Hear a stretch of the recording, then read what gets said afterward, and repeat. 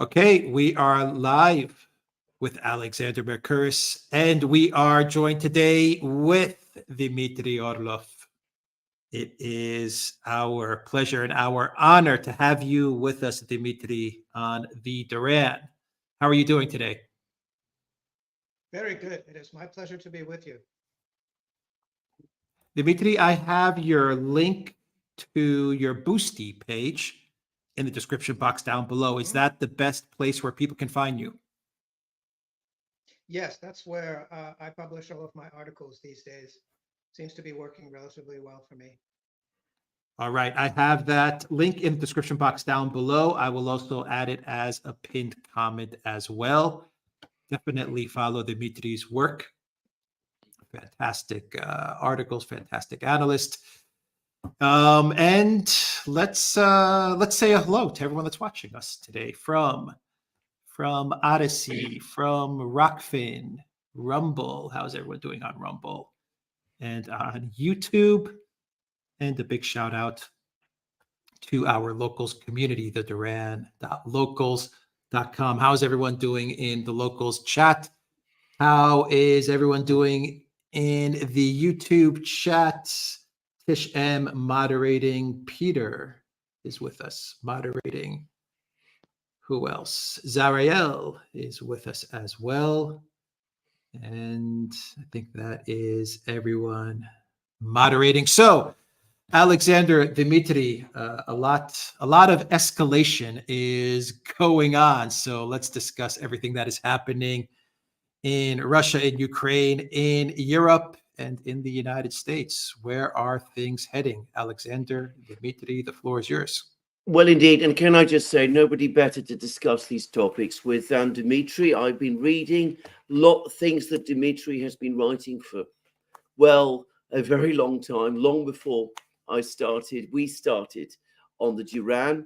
And always insightful, interesting about Russia, interesting about Ukraine, very interesting indeed what Dmitry tells us about the West as well.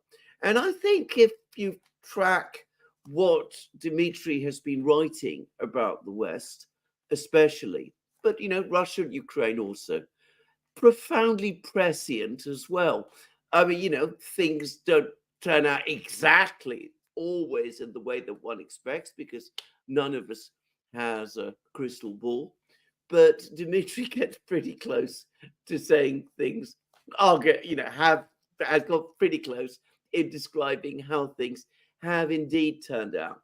And we are indeed in a period of extraordinary escalation of rhetoric, all kinds of dangerous moves, extraordinary anger, hysteria in the West as well. Astonishing contrast by the calmness and, as the Russians like to increasingly say, rhythmic quality with which policy and actions are conducted there. And I have to say, the thing that really strikes me about the West at the moment is you have an astonishing grandiosity of language combined with inept execution and remarkably limited resources. The resources simply do not come anywhere close to meeting the sweep of the West's ambitions, a fact which seems to have surprised Western leaders as they encounter it, and which they don't really seem to know how to cope with. And I kind of think that a lot of the tension and anger and hysteria and paranoia that we're seeing in the West at the moment is because this realization is now suddenly dawning upon them. And of course, those who have a historical bent, as I do, will know that grandiosity and paranoia, megalomania and paranoia, are kindred cousins. They go together. Anyway, Dmitry, this is my few comments about the state of the West. Firstly, would you agree? Am I getting it roughly right? Have you ever known the time? Yeah, go on. I think you're right, and things look very different from the West than they do from the East, where there's really no escalation going on. really worth mentioning. Strategically, Russia is doing extremely well. Tactically, Russia is doing extremely well. It's sustaining a, a certain amount of damage, but it can go on sustaining Oh, for all I the can't hear people you. here care. Is the audio breaking up? Is it Just okay? slightly, but I can hear you clearly Yeah, now. it was a little breaking up, a little low. Yeah, yeah. Oh, okay. Well, I'll try to speak up. But in the West, I think the situation is rather different because of something that could be called auto training. You know, it's where people tell themselves that they're good enough and they're smart enough, and they can get the job done, and they're still very important, and everyone respects and likes and fears them, and they will continue telling that to themselves and to each other no matter what's going on. So Afghanistan is a complete fiasco. They pull out, but let's forget about that. The whole I've lost you again. um, Okay. really, Yeah, it's just briefly. the audio is breaking up. It's Sometimes. Yeah, we lost you again. Yeah. hmm. Yeah, well, Okay. usually, The chat is saying that the volume is also low. Turn up. Okay. Yeah. um, that's very strange. Usually it's just fine. Is there any here? Um, Let me think. That's, Input. The No, input thing on it's this. fine. It's Yeah. working on Okay. my end. Can you Okay. chat. boost the volume on? Let me. Can you boost the volume on your Yeah. end? Yeah. Let me see if I could boost. Mm.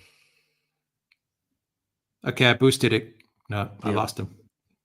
Oh, I think the mic. I think the mic can only go up so high from my side. Huh, okay. So I suppose decision Okay, time is chat. Yeah, no, chat. Can you hear Dmitry better now? Dmitry, could you? one, two, Can, three, four, five. Can you hear it's me? breaking. Testing, testing, yeah. I testing, can hear testing, you. testing. I can hear you. Okay. So should I? I think let's go on. Let's try and go on. Yeah, All right. let's So continue. Yeah, let's continue. Yeah. Yeah. So the West is facing a sequence of fiascos of various kinds, but they're telling each other that they're still very powerful and very important. Um, Even though the Houthis in Yemen can shut down the Red Sea and the Suez Canal at will, they still think that they have a powerful military and powerful navy, for instance, that can still threaten countries at will. So there's a complete disconnect between what the West can actually do and what they think they can do.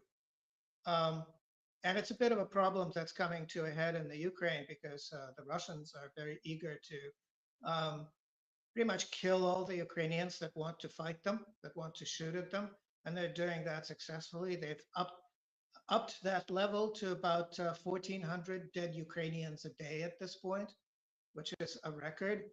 They don't have that far to go because the Ukrainians are pretty much scraping the bottom of the barrel as far as Mhm. recruitment, drafting. They think that they can change the situation by supplying the Ukrainians with weapons, even though 90% of the weapons, the artillery, the guided artillery, the rocketry that they've provided is now useless because the Russians have invented electronic countermeasures that throw them off track. So 90% of everything that gets launched just gets lost, doesn't hit the target. All they can really do is randomly shell civilian districts because there at least you'll hit something, maybe a car, maybe a school, who knows.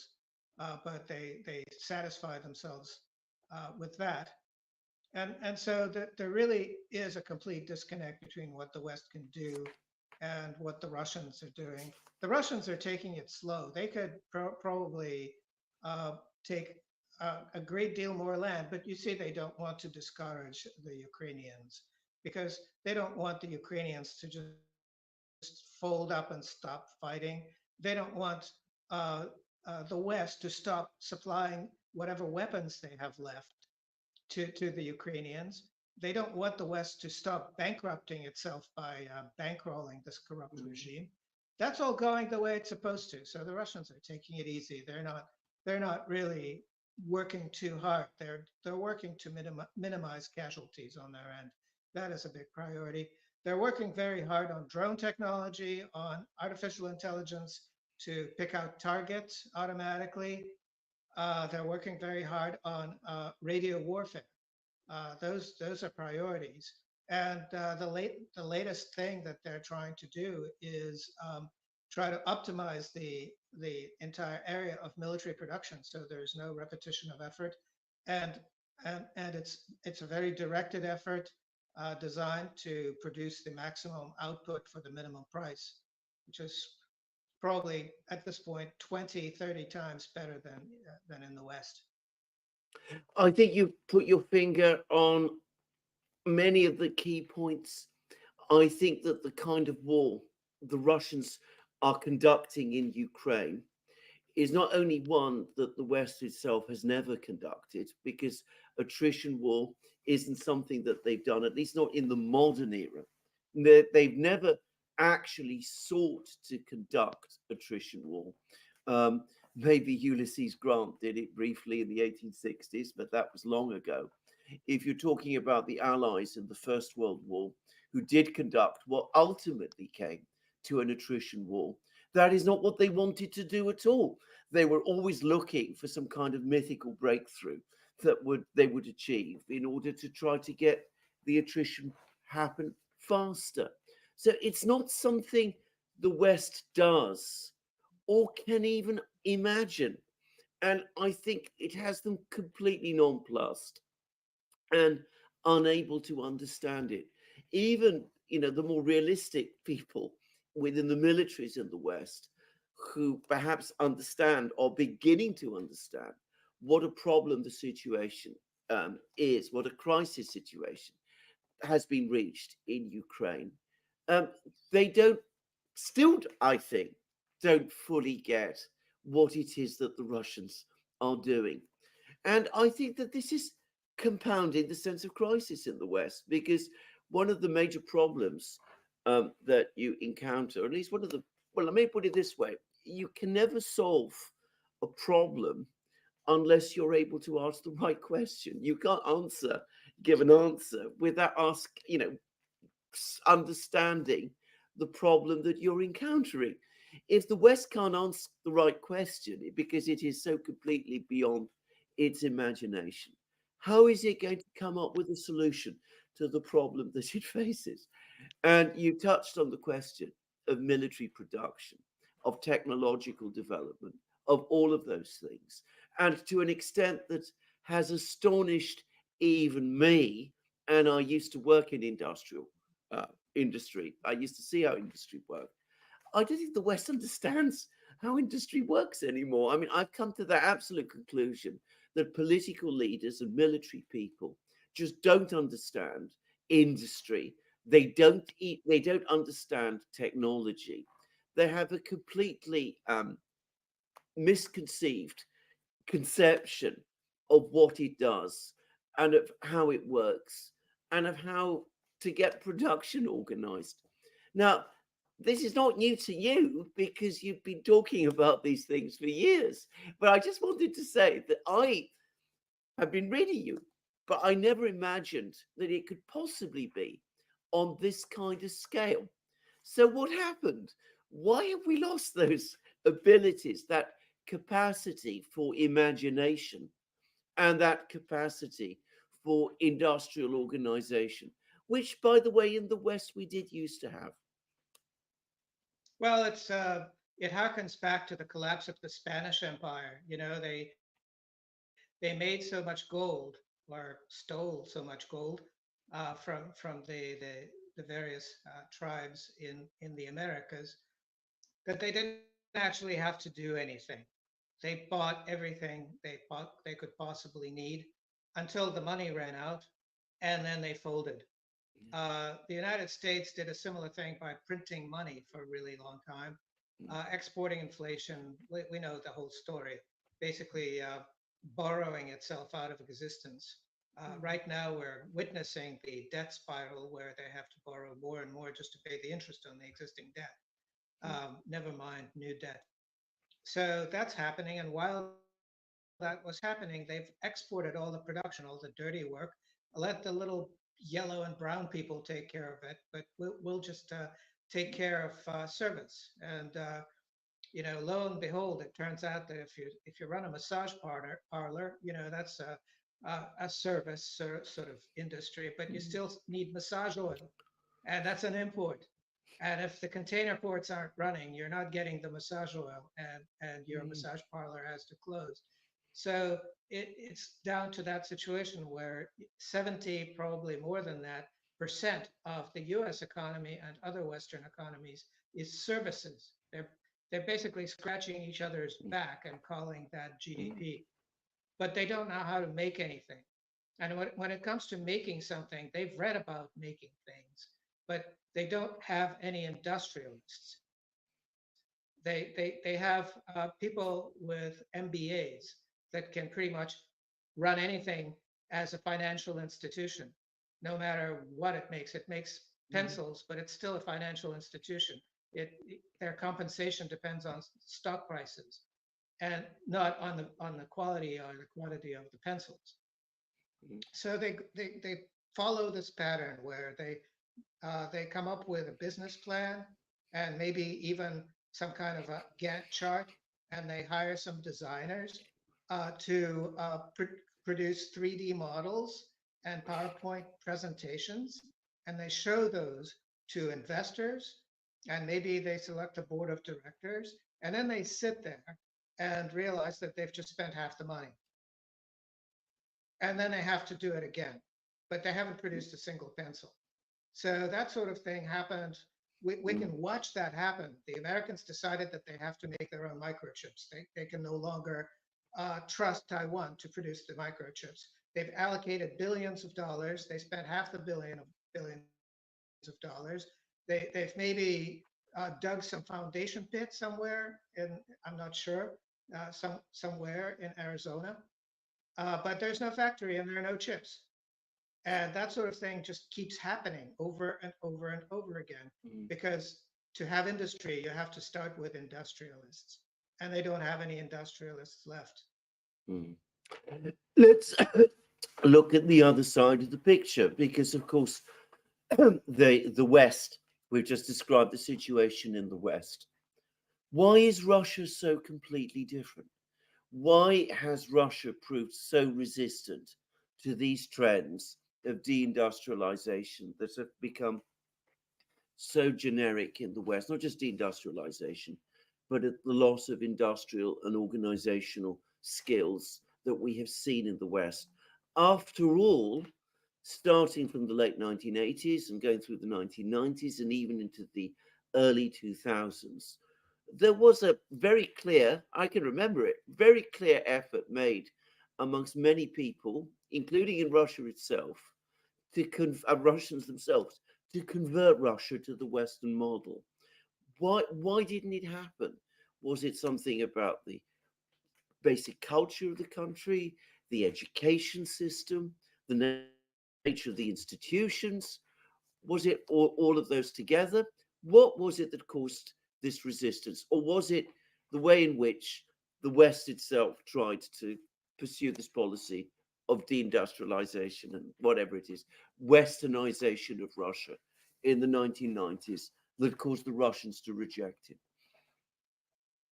Well, if you drive around Russia, small towns in Russia, big towns, as I have, every place you go to, there's going to be a war memorial.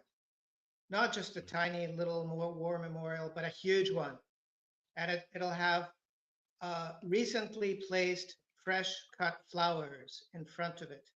and on major holidays to commemorate various occasions, school children will come and lay flowers at those memorials. Bands will play, choirs will sing, and people who have had anything to do with that victory will be honored in memory if they're no longer alive. It is the state cult. Victory in war is Russia's main state cult. It is, you can compare it to pagan cults of old empires. It is really an awesome force. The Russians like to say that our fallen are our sentinels. They will not abandon us. They will not allow us to be defeated.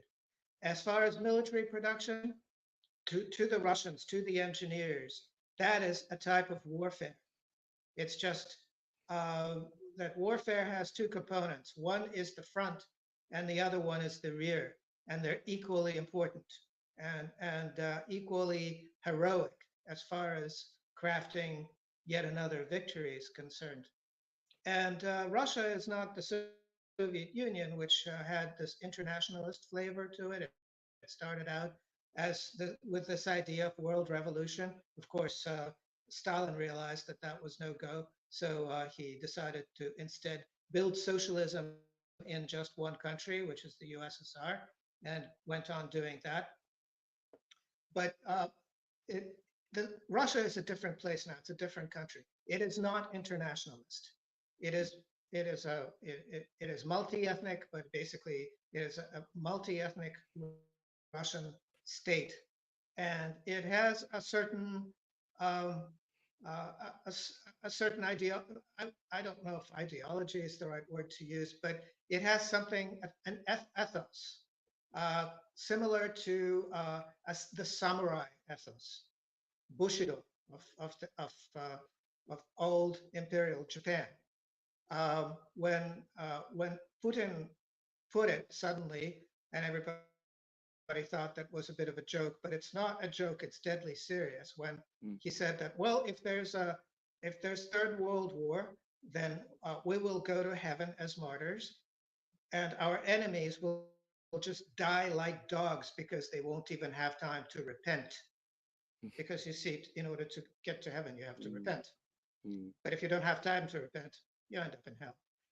So that is the mentality of the people, and so infinitely patient, but victory or death is basically it. Very different from what's going on in the West. It's completely different. Now, speaking about Russia being different today, in that it's not it's not internationalist in the way that the Soviet Union was. I mean, that is completely true, but it's also paradoxical because, of course, Russia is not internationalist, yet it has far better relations with far more countries than the Soviet Union ever did. I remember that. I was there in the last period of the Cold War, and a far more wider range of countries. So it's friends with countries like Saudi Arabia and Colombia and most of the Asian states, Malaysia, wherever, Indonesia, wherever. And at the same time, it is far more open to the world, which of course the Soviet Union was not. The Soviet Union was much more careful about allowing, people from outside and ideas from outside to come in and to involve themselves in Soviet things. How do you explain this paradox? Why are the Russians so much more successful in their international relations today than the Soviets were? And how is it that they preserve their Russianness, if you like to call it that, with the fact that they're simultaneously much more open to the world? And is this also partly a reflection of the policies of the West, which has become more unpopular around the world than I have ever known it to be in my lifetime? Well, first of all, I don't think the West is altogether unpopular. It is still the most popular circus act in the world, but it's not taken seriously because there's nothing left of it to take seriously. That is the death of postmodernism is you can basically get rid of old traditionalism, and then the traditionalists say, well, that's nice, but let's cross it all out. Let's toss it because it's just some junk that you've come up with. So basically, what the West has is a whole pile of junk that is sort of entertaining to look at, but not to take seriously. As far as Russia's ability to interact positively with the rest of the world, it's because the Russians, they treat everyone as equals. Um, they don't have this legacy of imperialist domination. They never had the idea of the white man's burden. They never looted the rest of the planet. Instead, they themselves have been looted a few times. But the difference is, and this is why Russia is so inspirational to the rest of the world outside the West, Russia has never been conquered, ever. It is unconquerable. And that is something that people really love because they want a piece of that themselves. They want to be unconquerable. So they're very eager to invite the Russians there to teach them how to become unconquerable. And some of them are doing pretty well with it. Look at where Niger is now. They kicked out the French. Now they're kicking out the Americans. And they love it. In fact, Bismarck actually said that about Russia, that it's the unconquerable country. And he warned Germany, the German leadership at that time, of this. And of course, they ignored what he said. But anyway, that is a bit of history. Now, is that why the West is so antagonistic to Russia? That it looks at this country that, in some superficial ways, looks very similar to the West. If you go to Moscow and St. Petersburg and other Russian cities, at a certain level, they do look very like cities in the West. If you spend any time there and go a little bit under the surface, you start to see the differences, and they are marked. But superficially, it looks similar. But at the same time, it's not playing the same game as the West is. It's not being part of what the West wants. It's not being prepared to provide the West with the unlimited resources and raw materials that the West expected. But fundamentally, it remains both defiant and different. Is this what it is about Russia that makes the West so antagonistic? Because I have to say, I have genuine difficulty sometimes understanding the intense antipathy, the hostility that exists towards Russia and the West. I can understand why there might be a geopolitical conflict, but if you listen to the way some Western leaders speak, you get the impression that they actually hate the place. Now, I mean, has that anything to do with the topics that we've discussed? I think it has to do with a great deal of that. You see, the leaders in the West are weak. They're specifically chosen to be weak, especially in Europe, where the only people who are allowed by the Americans to stand for election are somehow flawed. There's some compromising evidence on them that will allow the CIA or whatever other group is in charge of jettisoning them to jettison them very quickly by causing a scandal. And there is a powerful way of powerful methodology in place for basically keeping them in line and making them do whatever Washington wants them to do. And then they look at these Russian politicians who do whatever their people tell them to do, and they go into shock. That the idea that there might be a democracy where politicians make promises to their electorate, and then if they don't abide by those promises, they're thrown out of their job. Um, it's just such a shock to them. And then on another level, that they're all about their bankers, and they listen to their bankers and investment advisors and all of that. It's all about money. And from that point of view, the modern new Russia, unlike the post-Soviet regime of Yeltsin, is just not really providing the money that the West needs. The fact that the Soviet Union, after its collapse, got thoroughly looted, gave the West and gave the United States an extra 30 years during which they deftly avoided national bankruptcy. And now that Russia is not playing ball and is not exporting all of the horrendous profits that it makes by exporting various types of raw materials and energy, and keeping that to itself and using that money to finance its internal development, or maybe lending it to various friendly countries, that is a disaster for the West because it breaks their business model of the Russians working hard, making lots of money, and then giving that money to them. They're no longer doing that. And so that's a shock and makes them very angry. Now, where does Ukraine fit in all of this? Because Ukraine historically has been part of Russia, very close to Russia, very close cultural relationships with Russia.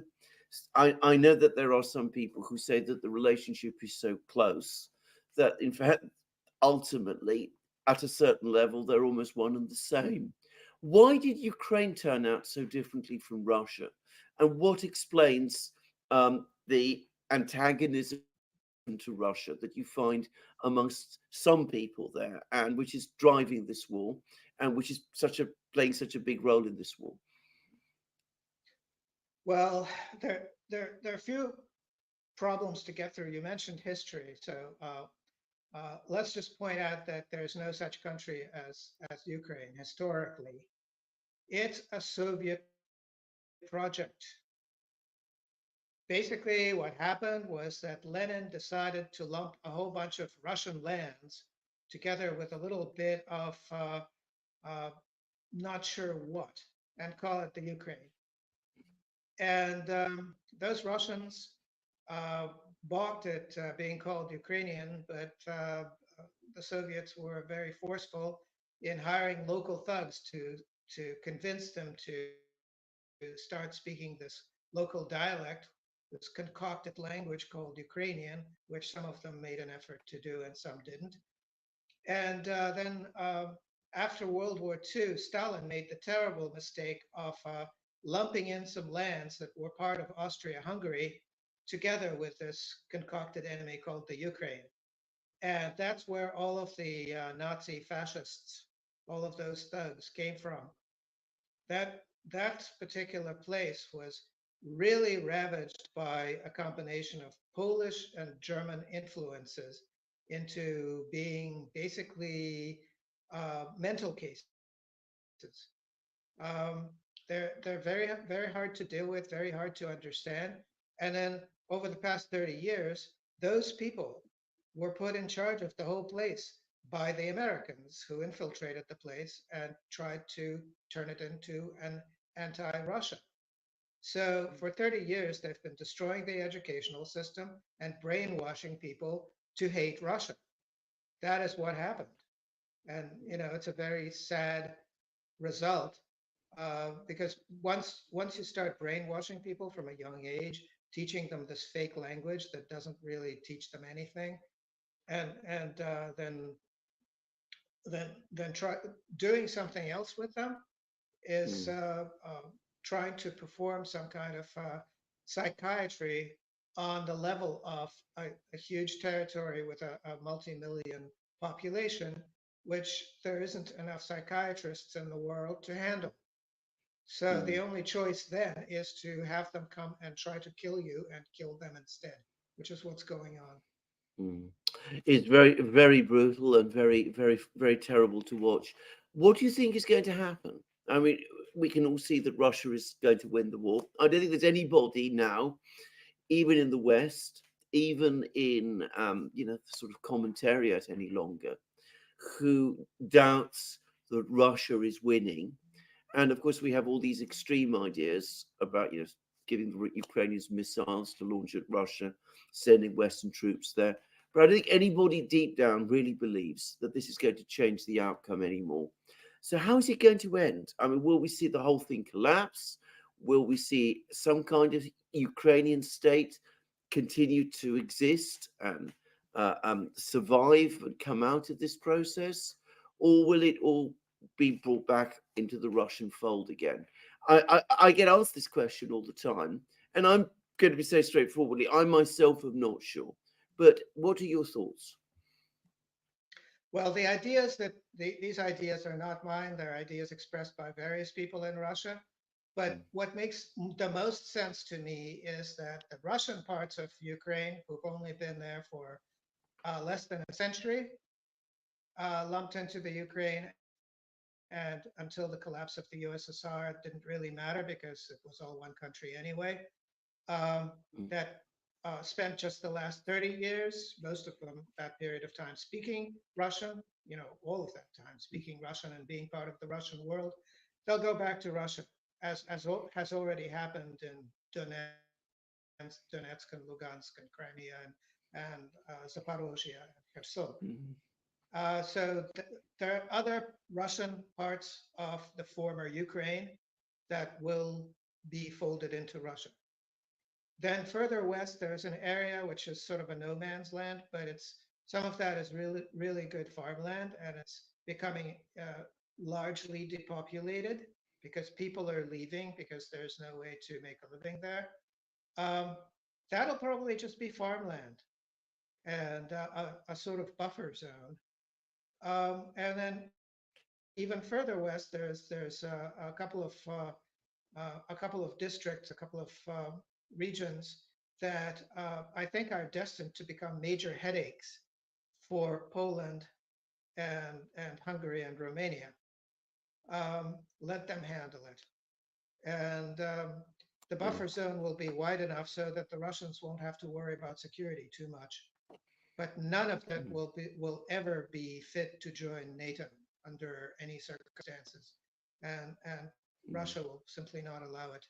So that's probably how it's going to evolve. It'll come apart the same way it was put together. So you could call it de-Sovietization. Which is something that Ukrainians themselves sometimes talk about. Though they talk about it in a completely different way. If I can just ask you a few more questions, and then we can perhaps switch to Alex, if that's all right. How did the West underestimate Russia so completely? Now, this is an issue that is close to my heart because I've traveled to Russia a couple of times, not as deeply or as extensively as many people who claim to know the place, but clearly don't have done. But I've been to Russia. I've been outside Moscow. I've been to the Urals and places like this. I've seen Russian factories. I've talked with Russian engineers. I had a clear conception of the scale of the place. And, this is all documented. I've been writing about this for many years. And I said that, when it came to it, the military industrial economy and indeed the economy as a whole would be able to withstand the sanctions shock very successfully, and that there would be an enormous production surge which would carry Russia forward, and that all the expectations of political crisis, protests, all of that would not materialize. I cannot begin to tell you how many people in the West, not just recently, but throughout the time I've been saying these things, have insisted to me that I am completely wrong. I've had most astonishing things said. People, for example, telling me that the Russians didn't know how to do direct satellite broadcasting for television, and I said they actually pioneered it. Things of that kind. So why, the West supposedly studies Russia minutely. You would expect that they would know something about the scale of the factories. I mean, they're not difficult to see. You can get satellites, you can see them, you can count the number of employees, you can work out how many machine tools there are in these factories. This is the basic work, I thought, of intelligence agencies.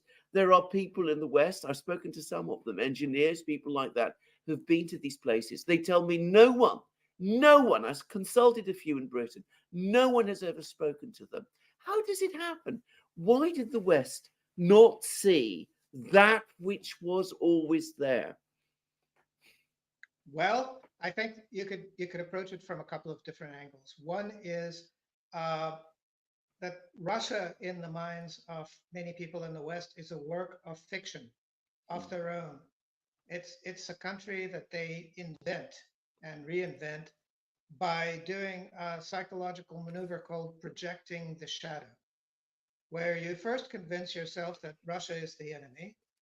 And secondly, since you don't know anything about what Russia is really like, you project onto Russia everything that you don't like about yourself.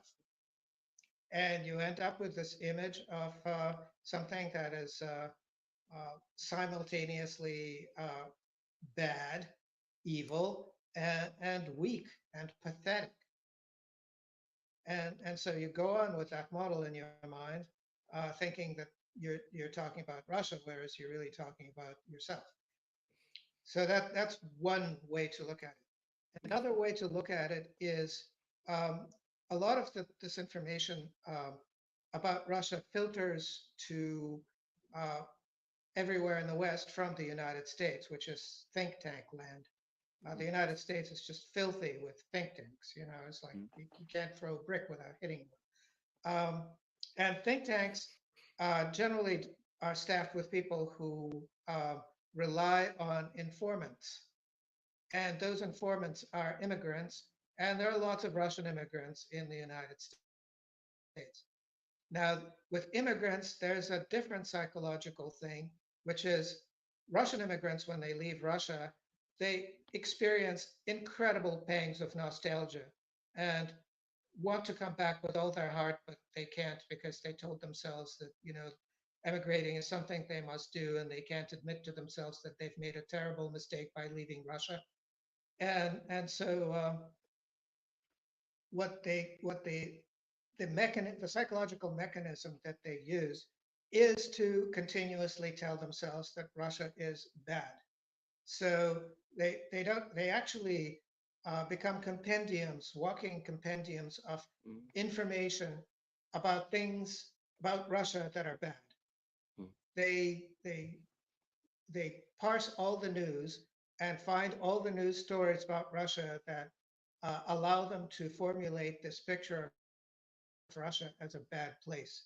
And then they're very eager to share that information with each other and everyone else who would listen, because that will alleviate their pains of nostalgia. There's a third element to it, which is Russians who speak English. You see, Russian is a bear of a language, and it's not a language that you want to speak badly because everyone will just vomit, you know. And so very few people in the West really want to spend 6 years of their lives studying this beast of a language just for the sake of understanding Russian. Usually it happens if they marry a Russian and then they move to Russia and then they become Russian. And then from the point of view of, think tank people, they become somehow polluted with Russianness and not to be trusted. Whereas the people that they do want to listen to are the people who somehow have convinced themselves that they're going to learn English and they're going to escape this terrible country called Russia and live in the wonderful, shiny West where, white bread has a crunchy crust, whereas in Russia it doesn't. And that's a terrible thing. So basically, they're talking to people who have a preconceived notion of Russia as a bad place, and they convince themselves, therefore, that Russia is a bad place. So those are really the three mechanisms worth pointing out. One very last question from me, and this is this is a huge topic, but just short thoughts about this. The relationship with China, the relationship between Russia and China. I mean, is it stable? Is it for real? I mean, to give away my view, I think it most emphatically is. I don't think it's going to change in the way that the West hopes. I don't think there's this tension between China and Russia that some people imagine. But what are your views on this? I think China and Russia are becoming symbionts. They're not allies. It's not something that is worth discussing in terms of Western-style state relations. They're really symbionts. when Putin flies to Beijing and brings his entire government with him, his entire cabinet. And on the other side, Xi Jinping's entire cabinet is there to meet them. And there's a pile of paperwork up to the roof that they pour through and sign lots of papers, etc. That is basically the spectacle of Russia and China unifying at an economic level, not necessarily political level, not necessarily social level, although that's interesting because the Russians and the Chinese get along very smoothly. Strangely enough, in spite of big cultural differences, they're very compatible. And there's quite a bit of affection, I would say, for each other. Uh, but they're becoming symbionts because Russia cannot manufacture everything that it needs by itself. It doesn't have the population. It doesn't have the market. China can do that because China's market is the whole world. So it has incredible efficiencies of scale that Russia cannot possibly match. And Russia is happy to let China be the manufacturing mecca. And China's problem is that it's running out of coal. This entire manufacturing mecca thing has been based on mostly energy from coal. And now some of the pits in China are becoming too deep. The easy to get at coal is becoming a smaller and smaller share. They're getting lots of coal from Russia. They need to get more, so Russia is widening its various delivery systems, the railroad system and shipping to produce more coal. The logistics of that are a bit of a nightmare because of the climate and various other things, but they're working assiduously at that. They're building gas pipelines. They're also cooperating on the next generation of nuclear reactors, which the Chinese are already building like crazy. But the problem is that enriched uranium is in rather short supply in the world, and and Russia is the only country in the world that has broken through the closed nuclear cycle barrier and can actually make reactors that will run on depleted uranium, of which there's thousands of years worth stockpiled on the surface, ready to be used. So China is ready to tap into that as well. So in terms of energy and in terms of industrial production and in terms of defense too, these are becoming symbionts. These are becoming not just integrated, but two pieces of one giant puzzle. Mm. And in terms of Russia winning or China winning, the things going on and in the Ukraine or in Taiwan, Russia is not interested in having China lose in Taiwan. China is not interested in having Russia lose in the Ukraine, and therefore these things will not happen. Dmitry Orlov, thank you for an absolutely outstanding series of questions. Immensely insightful as always. I'm going to ask you to stay a moment, and I think Alex may have a few questions. But for me, thank you Great. very much, and welcome to the Duran, and I hope we can have you again. Thank you. Thank you very much. Dmitry, let's get some questions from our viewers. Let's start Absolutely. with fantastic. Let's start with Death Dealer 1341. I have been wondering, when will Russia push back the long-range missiles from hitting deep inside their territory? Well, they're working on that. Putin basically gave the order to create the buffer zone in the Kharkov region to prevent missiles from reaching Belgorod. And that's happening. The Russians are not in a big hurry. I can say that there are two reasons for that. One is that they're careful not to have any casualties on their side, as few as possible. So they're playing it safe. And the second reason is they don't want to horribly embarrass the Ukrainians and their Western supporters. They don't want these people to lose heart. They want them to continue to sending recruits to the front and sending Western weapons to the Ukrainians for the Russians to destroy, because that's going so well. and so there isn't much of a hurry. And then another element to it is that the ultimate is for the Russians to make those rockets, those long-range weapons, obsolete, make them miss their targets by the use of air defense systems and by the use of electronic warfare, which the Russians are getting better and better at. Some estimates are that up to 90% of the rockets don't reach their targets. They're off target by tens of meters, which is, if the actual explosive payload isn't that big, that's actually enough to spell the difference between destroying a building and destroying a parking lot in front of that building, maybe blowing up a car. So, and blowing up some windows, which the Russians are very, very good at replacing. It takes them less than a day these days. So basically, that's what's going on. So again, Russia is not in a huge hurry. The fact that there are civilian casualties is deplorable. And there will be some criminal cases against the people who launched those missiles when the time comes. But it's in terms of the overall process, it's going well. Hmm. Lada Moreau says, love Dmitri's sense of humor, always enjoying his interviews with Nima. Thank you, Lada, for that. From F22 Daniel, Dmitry, how do you think Russia would look like today had the White Army won the Civil War in the early 1920s? No idea. I mean, I'll just be brutally honest. I have absolutely no idea how to answer that question. I'm not really very good at historical hypotheticals. You know, history is, to me, is what happened. Hmm. Interesting question. Very interesting question.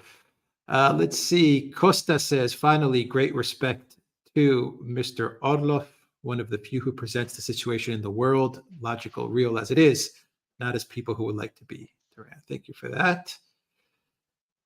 Tish M says, how can Zelensky call a meeting with NATO EU types when he's not even the Ukraine president anymore?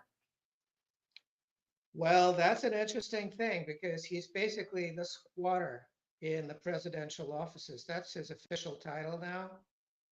The Ukrainian constitution says that once elected and sworn into office, you get to be the president of Ukraine for exactly 5 years.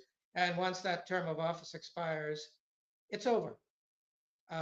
It also says that the old president has to yield power to the new president, but there's not a word anywhere about extending the term. So Zelensky is no longer the president of the Ukraine. Now, a very interesting thing happened, which is that Putin asked Viktor Yanukovych, the last constitutionally elected president of Ukraine, who has not served his entire term, to go from Rostov to Moscow for some meetings. I wonder what those meetings were about, but maybe Yanukovych is the new president of Ukraine and Zelensky is nobody, and there's going to be a deal signed between Russia and Yanukovych, who will be asked to return to Kiev and form a new government and complete its term. So that would be a very interesting development. As far as whatever is happening in Switzerland, I guess it is, peace talks to which Russia has not been invited. Now, imagine peace talks to which the victor is not invited. That is a historical first. That has never happened in the history of this planet. So I think it's not going to happen this time either. I think it's just a completely ridiculous ploy. Yes, agreed. Russell says, one could argue that Russia was conquered by internal forces in the early 1900s, much as the West itself has gradually been. I agree to quite a large extent. The huge problem with Russia is that it started out with this communist ideology that was not a bad fit as far as Russian culture because Russia is very communalist by its nature. But there were parts to it that just didn't work out very well. And one of them was the communist nomenclature, the new communist ruling class, which with each successive generation became more and more corrupt. And eventually it ended up with a few geriatrics. And then Gorbachev came to power, and he was just a disaster. And then Yeltsin was an even more disaster. And it took a really long time for Russia to form a new elite, a new political nucleus around which it could reform itself and reformulate itself. But basically, it was a failure of leadership that went on. Um, and it really didn't produce good candidates to replace aging leaders. That was a huge problem. So you could say yes, it was an internal problem. You know, it could do very well economically, and yet politically, it was doing worse and worse. Hmm. From Martin, MDL, Tempe, Arizona. Why not have Ukraine be a neutral buffer state like Austria was for 50 years before World War II? Is our peace summit here more sensible than theirs? Well, that would be like taking a bunch of hamburger and turning it back into steak by spinning the meat grinder backwards. It's already not a neutral state. I mean, that ship has sailed um, 10 years ago, at least. And so it's no use crying over spilt milk, I would say. There's there's no time machine to go back to that state of affairs. Axel O says, is Putin going to recreate the Union State of the Socialist Republics if Ukraine is going to stay as an entity? Well, Putin's most famous quote on that is somebody who does not regret the collapse of the USSR doesn't have a heart, and somebody who wants to bring the USSR back doesn't have a brain. I think having said that, he's very unlikely to recreate the USSR. Basil says, does Biden have Putin envy? Um, I I think Biden just generally has a younger man envy. Um, I really don't know that Biden is all there. He doesn't seem to be all there. Um, and I don't really want to dwell on that too much. I think that Biden could be a robot or a monkey, or he could be a stuffed animal or whatever. He's a mascot. He's not a president. Life of Brian says, the current NGO problem reminds me of what they called the foundation problem in the 50s. See the Reese Committee on Rockefeller, Ford, et al. Are NGOs just foundations gone global? Well, there's quite a spectacle uh, going on in Georgia now, in the country, Georgia, where the NGOs have infiltrated the country to such an extent that everybody realizes that something has to be done about it. They're about to overrule today. They were going to overrule the presidential veto on a law which is identical almost to an American law, making foreign agents register so that it becomes clear who is a foreign agent and who is not. Turns out that the president of the country is a foreign agent, I think. But basically, everybody is very interested in reining these forces in. Even the French. The French are just passed a very similar law. So yes, NGOs are not a force of good in the world, and I think a lot of people realize that. The Georgians certainly realize that because their main trading partner is Russia, and yet there are all these NGOs who are very interested in lobbying the government to ruin its relationship with Russia. So how is that in the national interest? Something had to be done about it. So I think that around the world, NGOs need to be roped in somehow. All right, we'll do a couple of more for Dmitry, and we will then answer the rest, me and Alexander, the rest of the questions. Moon Dragon says, Mr. Orlov, when do you think this SMO will end?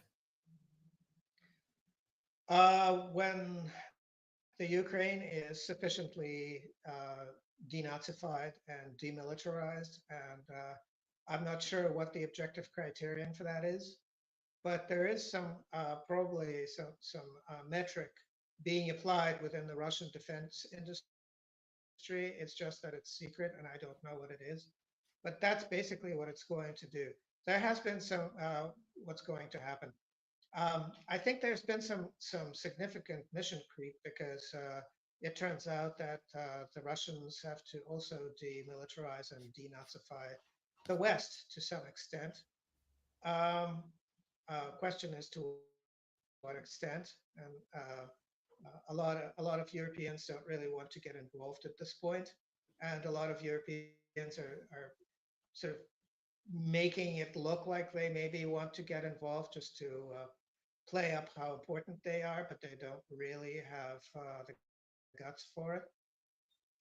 So we'll see how what happens. And the other thing is that Russia is doing so well, developing all of these countermeasures that make Western-made weapons obsolete, and that is very valuable. And having a proving ground for all of those countermeasures is very important. So why shut it down before the process is complete? Just going off your last statement, Dmitry, the Alchemist says the U.S. needs denazification, not just Ukraine. So I think the Alchemist agrees with you. And let's go to one final question for Dmitry. Here we go.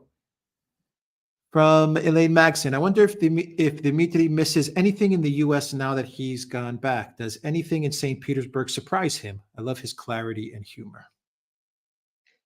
Well, in the U.S., I used to live on a boat with my family and cruise around, and I sometimes miss that. So I wasn't exactly in the United States. I was in the territorial waters much of the time. But I like that seasteading life, and I miss it sometimes. What surprises me about living in St. Petersburg is that it keeps changing for the better. I keep looking out for things that are getting improved, and that is actually a reasonably satisfying thing to keep in touch with. It's just amazing how the place is getting developed and thriving and getting more beautiful and more fashionable, and the more European. I guess they just stole all of the stuff that they liked about Europe and they imported it and learned to make it themselves, so that we don't have to go to Europe anymore. We can stay in St. Petersburg and enjoy it right here. Yeah, St. Petersburg is a beautiful city indeed. All right, Dmitry Orlov, thank you very much for joining us on the Duran. I have Dmitry's information where you can follow him on Boosty in the description box down below, and I will add it as a pinned comment as well when the stream is over. Thank you very much, Dmitry, for joining us, and we do hope you come back on the Duran very soon. Absolutely, I hope Dmitry. so, Thank too. you It very was my much. pleasure. Thank you. Thank you, Dmitry. Thank you very much. Okay. All right. All right, Alexander, let's knock out imagine living in a city where things get better. I mean, in London, that is somehow rather difficult to believe that things can actually, from day to day, get better. Moscow was the same way. I remember every morning when I would wake up and just go out onto the street of Moscow, there was just little things were just getting better and better. Every day I was noticing little things improving. Well, you see, I used to travel to Moscow irregularly, as you remember. I was there, every once in a while.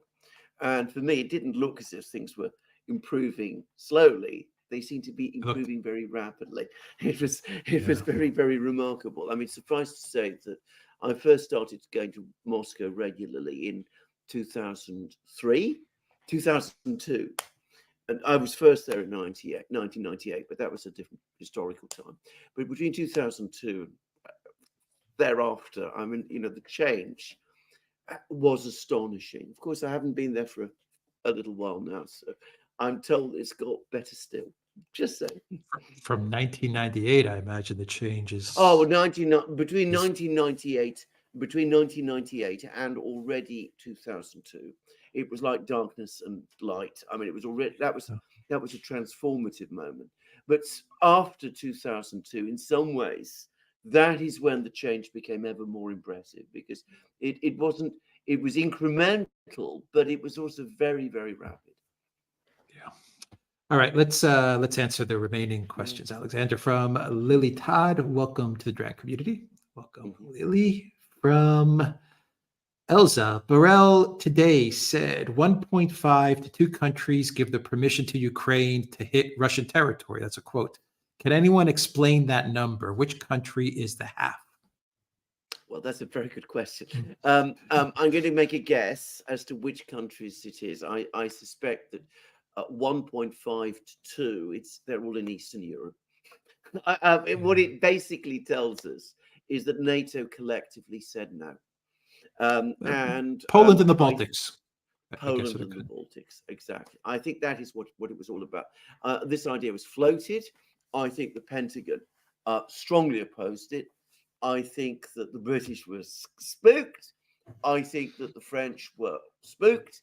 I think the Italians and the Germans were against. And this is the kick in this, it's going to happen. As night follows day, they will do it. They won't do it now, but they will do it in time. That has been the consistent story. As things get worse, as things become more desperate, so the pressure to escalate grows. The very fact that this is now being discussed at all, and by the way, Putin has been speaking about this whole disastrous idea today, but the very fact that this idea has been spoken about tells you that it's now out there, and based on what's happened, we can say confidently that it will come. My info, I just saw your question right now. Dmitry, if you're watching the stream, do you have a favorite YT sailing channel?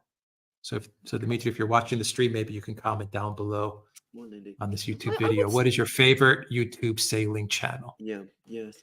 I mean, again, I haven't been to St. Petersburg for a while, but it is built on the sea, so I would have thought that in time, maybe this is another place where improvements are going to happen. But I would have thought the sailing is certainly within the realm of the possible.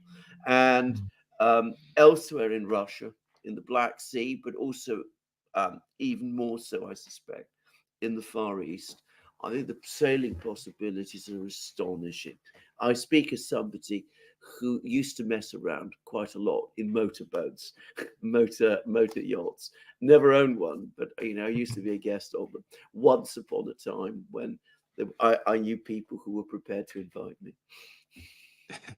All right. Latimerau says, "Hi, gentlemen. Dimitri's sound is too low. Could it be increased, please?" We apologize if there was some sound. But hopefully everything turned out all right. Yeah. Exactly. I was going to say. I mean, I was able to hear him clearly. He's very I was able clear. to hear him. Right. Yeah. I mean, he explained. His voice is very clear, and that always it happens. It happens with live shows. Every now and then it happens. Yeah. Janor Games, welcome to the Duran community. Let's see here. OMG Puppy says, have you talked to Mike Benz? He's an expert on state censorship, NGOs, AI, and surveillance. He explains how Soros makes billions on insider trading while helping the U.S. destabilize nations. No, we haven't, but we do. Yeah. We do want Mike on the show. It'd be great to have him on the show. Absolutely. Zahir, thank you for that super chat. Matthew says, they would if they could, but they can't, so they won't. That is the hope I'm clinging to. As always, thank you for your summation of events. I think you're absolutely right. And that is the hope I'm clinging to as well. But don't be complacent about this. They haven't seen a red line, one which normally, more often than not, they've drawn themselves, which they haven't crossed eventually. Yes, that is true. Ricardo Alfonso says Andrei Martianov sums it up simply. Butthurt. Andrei Martianov sums it up simply. Butthurt. I had trouble saying that. I don't know why. Tish M says the U.S. regime has gone absolutely mad by striking Russia's radar defense systems. Help. It was a crazy idea. I understand that the damage done is absolutely superficial. I mean, literally a couple of hours repairs and the system is back in line. Also, notice how completely calm the entire Russian government has been about this. You haven't seen Putin rushing back to Moscow from Uzbekistan, where he's been. You haven't seen urgent meetings at the Security Council. You haven't seen angry statements of the Defense Ministry or the Foreign Ministry. They've been very, very controlled in the way that they've responded to this, which is a further sign, in my opinion, that the damage has been superficial. Budanov is, in my opinion, the genius behind this particular incredibly reckless and dangerous thing. And his Western sponsors, the people who support him and guide him and to some extent control him, they're also in part responsible for this utterly reckless thing. And I suspect most of them are in London. Just saying. Yeah, agreed. Mr. Golov says, great guest and great work you do. Have you thought about having Aristovich as a guest? Thanks again for the valuable work that you do. That would be a fascinating idea. I can't. It'd be interesting. And whether he'd come, of course, is another question. But, it's a thought. That would be very interesting. Sparky says, maybe Dmitry should try co-locating with his microphone. Thank you, Sparky, for that. Yeah. Let's see. Tish M, we answered that. The Alchemist says, NATO and the USSR have similarities. NATO is divided while Russia is united, with Russia's economy growing and NATO countries struggling, leading to its collapse as they continue to mimic Soviet Cold War. That's a great That's a great point, actually. Super chat. Fantastic. The Alchemist, very well said. Matthew says, would Biden go all in to save election chances? That is a very good question. When you say Biden, of course, we don't mean the person, we mean the team around him. My own view, I've been very, very skeptical about this election. I've always felt that they'll pull every switch, press every switch, pull every plug, and one way or the other, the Democrats would get across the finishing line. I'm starting to have doubts about this. I think that things are beginning to come apart, actually. And I think that they're beginning to realize that too. And that's, of course, going to make it a very interesting, by which I mean a very dangerous situation indeed. Trump is pulling away. Yeah. He's pulling away, Alexander. Yes. At least that's the trend with the polling. I don't see it changing. Yeah. The Uralic tribe says the part about dying as martyrs to get to heaven, you have to be born again by accepting and believing that Jesus is the Son of God who died on the cross for our sins, was resurrected after 3 days and lives. Thank you for that. Putin, of course, is a Christian. Life of Brian says, can anyone name one name of someone who is in charge? One name to whom Victoria Nuland answers. If not, perhaps Mark Dutroux can. Is he taking interviews? This is you've actually put your finger on a very, very important point, because so many decisions today in the so-called democratic West, or in the democratic West, so many debates in the democratic West take place behind the curtain. We don't really know who are making these decisions. We aren't party to these discussions. We don't see these discussions play out. They aren't spoken about in the media. They don't involve the expert community, which does exist still, just about, in any meaningful way. And of course, we don't know what the real hierarchy of decision making actually is. So I can't answer that question. I can't tell you this person is the actual person in charge, because of course, the way we're governed nowadays makes me wonder, frankly, whether there's anybody ultimately in charge, because that's one of the features of secretive organizations, which are unaccountable and which operate outside the constitutional and legal and overt framework. How do you work out in that kind of structure who the person who is ultimately in control really is? How do the people who are part of those discussions themselves do so? And that, I suspect, is part of the explanation for the enormous dysfunctions that we're seeing at the moment. Chris Shipley, thank you for that super chat. Alex Glantz, thank you for that super sticker. Life of Brian, we answered that NGO question. The Alchemist says Putin and Xi believe they can outdo the West in war and are trying to be the mature ones to protect humanity. I think that is true, actually. I think that is how they perceive themselves. But I don't just think that that's how they perceive themselves. I think that that is how they're perceived by much of the world, perhaps even most of it.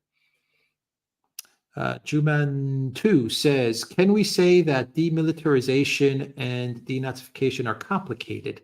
Can we call it a win for the bear? Yeah, I think they are complicated, but I think that the Russians certainly are working towards a plan. And the bear is obviously winning, if you want to use that analogy. I think that is clear. I don't think anybody, as I said earlier, in the discussions we had with Dmitry, I mean, there are all kinds of schemes out there about how to turn this thing around. But I don't think anybody seriously in the West anymore believes that Russia is going to lose. Some of them are even overtly now, openly talking about the fact that Russia is likely to win. They're scared of the prospect. They're trying to find a way around. They're coming up with all sorts of desperate and reckless and dangerous ideas. But at the moment, the trajectory is so obvious that I don't think anybody doubts that that's where events are going. Alexander Podyachev, thank you for that. Jeff Bickford, thank you for that super sticker. Steve Resurrected says, I have heard the Ukrainian constitution extends the presidential term in times of war, or that elections are not held in times of war. Is this untrue? It is untrue. I have actually looked at the Ukrainian constitution, not a document I often reference, but I've looked at it. And what it basically says is this, that if the Rada, the Ukrainian parliament, passes a enacts martial law, then elections to the Rada, to the parliament, cannot happen. And that the term of the Rada is in effect extended. The constitution is silent about the president. Now, that means that it is only if you apply strict constitutional interpretation, which I think you should, if you do that, then martial law extends the term of the parliament. It doesn't extend the term of the president. That's what the constitution says. Yeah, I've read the same thing in various analysis. Monkfish says, judging by Nigel Farage's understanding of what British values are, shall we say he is a fading light? You know, I'm beginning to wonder that he might be. I mean, he burned very bright for a very, very long time.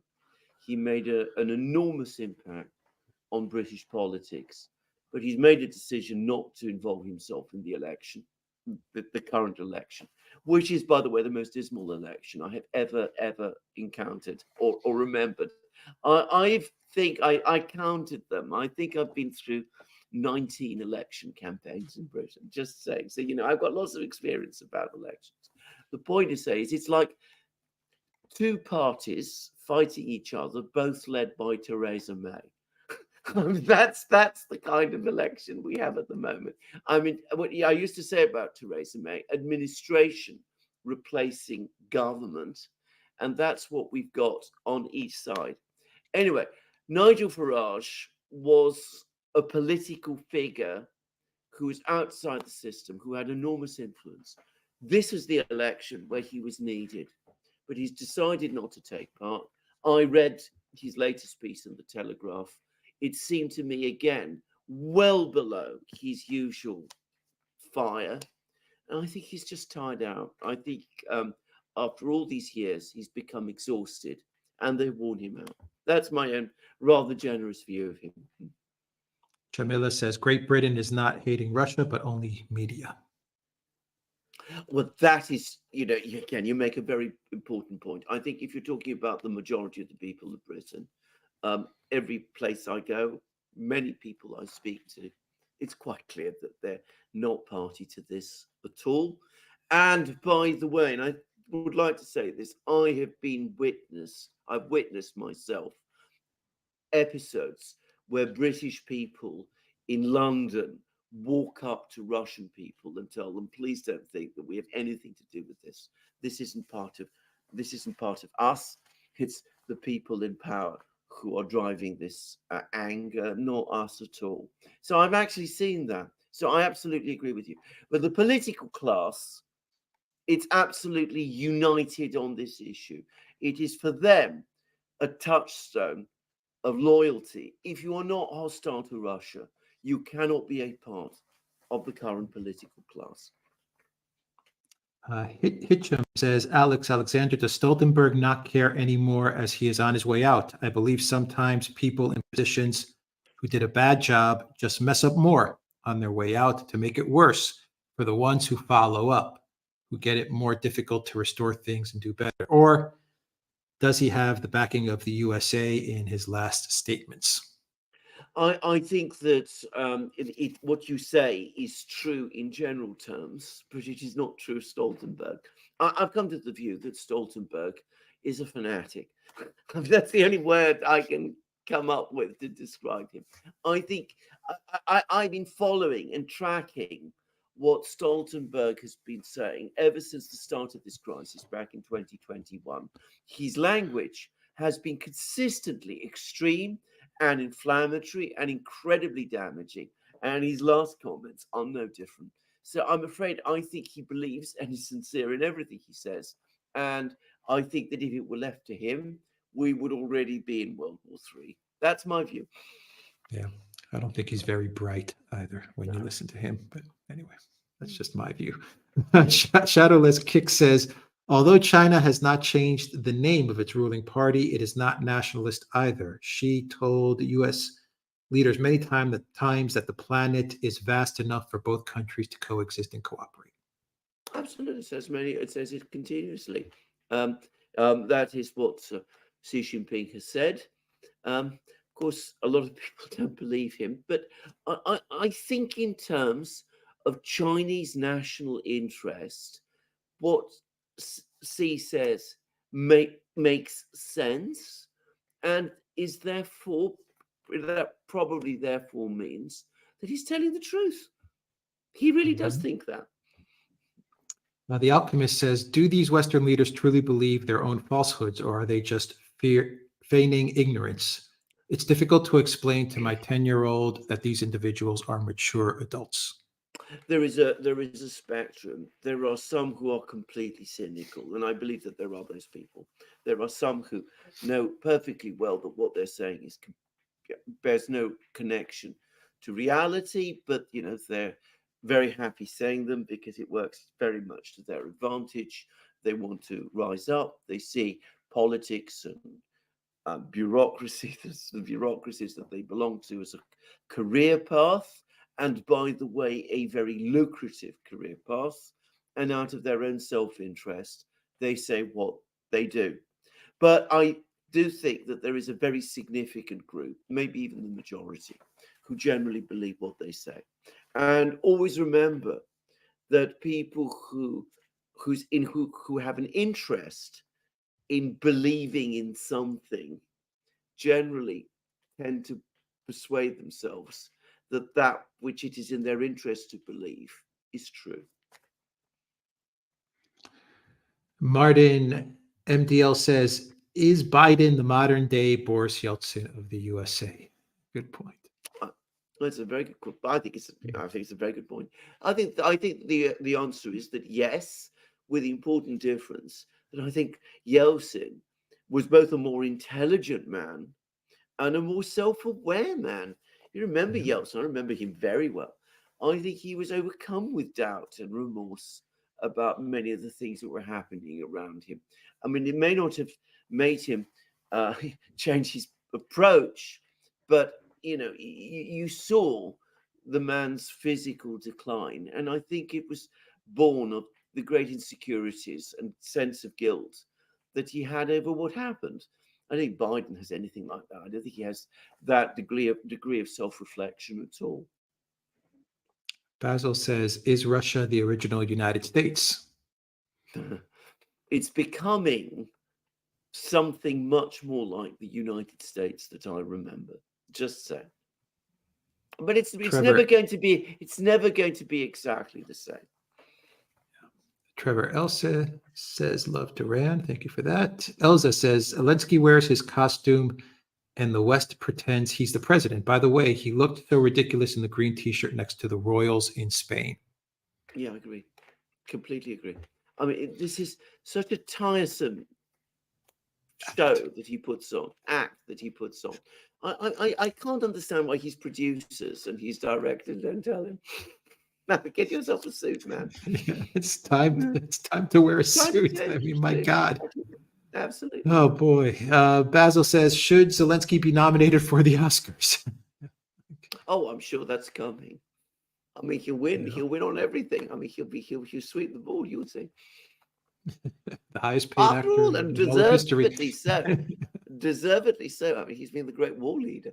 I mean, Yeah. wherever did you see a movie like this one with so many extras? Very true. Latimer says, I didn't know Dmitry moved back to St. Petersburg. Good for him. Beautiful city indeed. It's one of the most beautiful cities, one of the most beautiful cities in Europe, and a most extraordinary place. I mean, there are other cities. I mean, you can Venice, for example, which are beautiful, but there's a vibe about St. Petersburg which is astonishing, and of course, it's an industrial city in some respects. So you have a large working class population, which gives it a kind of steadiness, and there's an enormous student population there as well, which gives it a sort of more spunky quality. It's a most wonderful city altogether. Jamila says, why the Western leaders hate Russia? I missed something in the past. Is it wrong to hate or nothing? Great work, guys. Well, it's a good question. Yeah. I think your question answers itself. Yep. Sparky says, as a currency trader specializing in Eastern European currencies, Soros assisted the U.S. in getting NGOs into Eastern Europe during the Cold War. Soros exploited the relationship, which continues. I think that is exactly true. Very interesting man, George Soros. One day his biography will be written. And it'll be very interesting to read. Zariel says, want to know who's in charge of these war pigs? Satan. Elza says, does anyone in the West still believe in tatters? In what? Ursula tatters, in tatters. Tatters, the Russian economy is in tatters, and Ursula and all of that. Yeah, of course. Oh, absolutely. I mean, well, you still see some people who say, well, it's holding together for the moment. It might be achieving very high growth and incomes may be rising, but, just waiting. 1 year, 2 years, 5 years, 10 years, 100 years, 200 years, 300 years. It will all come crashing down. All we have to do is wait that long. Yeah. Just wait. In 300 years, you wait and see. The sanctions will have an effect. AM says, a few weeks ago here in the UK, Grant Shapps discussed missile defense for Britain. The idea was torn apart. Fiscal madness. How does Russia manage? Well, how does? By having a very, very much bigger economy than people in the West imagine. I mean, I've discussed this many times. In my opinion, even the purchasing power parity GDP figures understate the size of Russia's economy by a very substantial margin. And I saw, by the way, that in a recent meeting, Putin's economics team told him the same thing. So, I mean, it's a much bigger economy than people understand, a far more diversified economy than people understand. And of course, it's got engineers, it's got machine tool people and skilled workers and factories, and it can do all of that. But ultimately, the key is strong economic management and organization. And that is the most important skill of all. The Russians have it. The Russians have superb project managers. I've seen this. They have superb industrial managers. That, I have to say, this is a legacy, both of the Soviet system, which fostered it, and of the Tsarist system, which created it. One of the major basis of this was the construction of the Trans-Siberian Railway, by the way. This colossal project, creating this railway, this impossible landscape, required Russia to develop a superb standard of project management. And, it's been built and it's been preserved. And that's what makes it in the end possible. Basil says, Zariel, $10. Satan. Thank you for that, Basil. Sparky says, for practical purposes, George Soros is the Five Eyes Plus, and the Five Eyes Plus is George Soros. In the area of intelligence operations, there are informal yet firm and impactful relationships. I am absolutely sure you're right. And as I said, I'm very, very interested one day to read the biography of this very interesting man when it's finally written. Prince Paul of Yugoslavia, do you think it is reasonable for anyone to consider the referendums held in the occupied oblasts to be legitimate, even the ones in partially occupied territories like Zaporozhye? Well, question of legitimacy in whose eyes? I mean, the Russians consider them legitimate. There's no real overt sign in any of these places that there's widespread or indeed any opposition to this. And, legitimacy is a fact. It derives from what people accept. What outsiders say about it is really neither here nor there. If it's accepted, if it's supported in these places, then, and if it follows the necessary forms, which in this case it did, I don't see why people would want to go around that. Now, that may sound like just me being a bit cynical, but I should say I once had a discussion with the head of the electoral monitoring team of no lesser institution than the European Union. And I'm almost saying exactly what he said to me. So he was discussing that in connection with elections in Croatia. And I said to him, look, there's been all these irregularities and problems there. And he poo-pooed all of that. And he said that didn't really matter. So if, it's goose, sauce for the goose, if bad elections in Croatia or problems with forms in Croatia aren't a problem, well, in the Donbass, in Zaporozhye, in Kherson region, where, as I said, all of the facts show that people there supported this process, who are we to complain? Matthew says, are conservatives leaving in droves due to war? Well, conservatives, I have no figure. I mean, leaving from where? I imagine, I don't know. The West, Ukraine. Maybe the West, maybe the UK, maybe Russia. I don't think so. I don't. I mean, there are lots of reasons why people are leaving the UK, but I don't think war is amongst them. I mean, the economic problems in the UK are reasons why people would want to leave, and conservatives would have many reasons to want to leave the UK. But probably, I don't think that war appears very highly amongst them, because at the moment, the UK nominally, at least, is at peace. Just saying. Life of Brian says, quote, so many extras. Alexander M. at his most acrid. Tabernac says, 3 fails a charm. If we lose, let's lose it all. Yeah.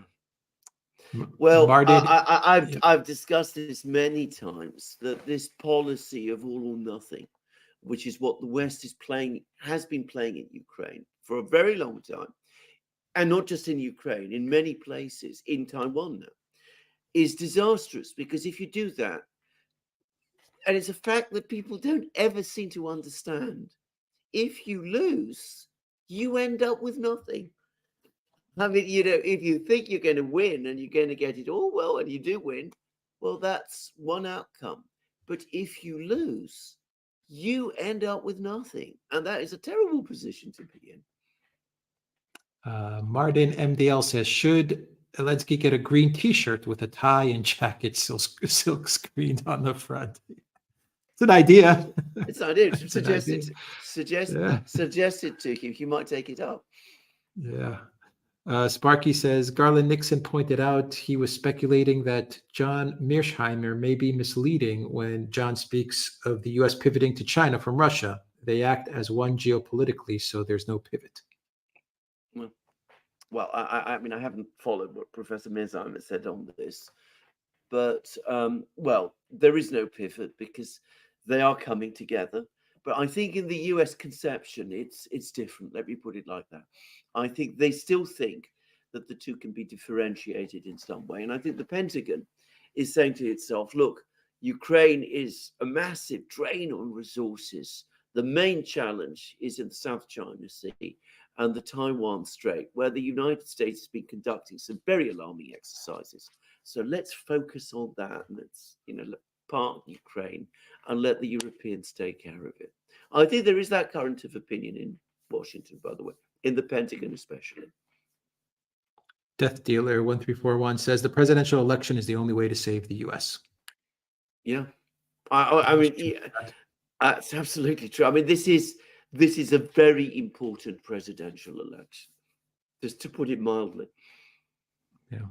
Juman 2 says NATO provides the weapon system, selects targets, feeds the interagents, makes all the necessary settings on the weapon systems, and tells the Ukrainians you can push the button now. Is NATO at war?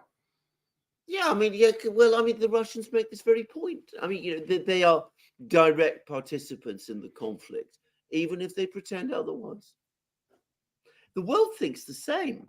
And of course, if this ends in a Russian victory, then the world will see it as a NATO defeat. Just saying. Absolutely. Sparky says, growing up, George Soros was forbidden from speaking in any other language than Esperanto in his household. He comes from idealist activists. Well, maybe. But all I will say is he's a man who speaks with two tongues, double tongues, forked tongues, some would say.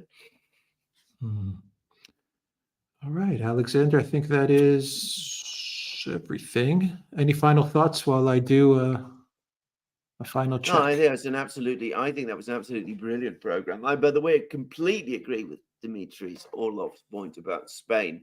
I think I brought it up myself in a program we did together, in which I said that I actually studied 16th and 17th century Spain.